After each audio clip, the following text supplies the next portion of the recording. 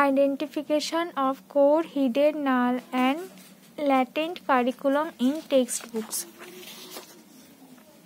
তারপর কৃতজ্ঞতা স্বীকার, সূচিপত্র, ইন্ট্রোডাকশন, এখানে ভূমিকা সম্পর্কে দেওয়া হয়েছে কারিকুলাম কি, তারপর ডেফিনেশন দেওয়া হয়েছে কারিকুলামের, তারপর প্রিন্সিপাল অফ কারিকুলাম কনস্ট্রাকশন,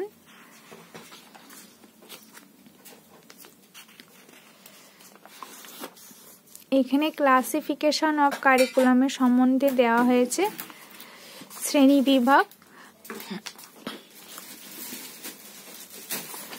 তারপর ইম্পর্টেন্স অফ কারিকুলাম, কারিকুলাম পাঠ্যক্রমের গুরুত্ব, AIIMS and objectives of curriculum,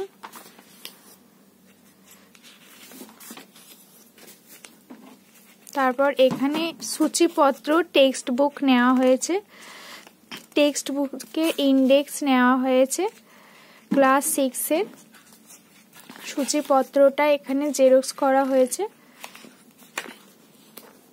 তারপর ডেসক্রাইব দ্য বুক,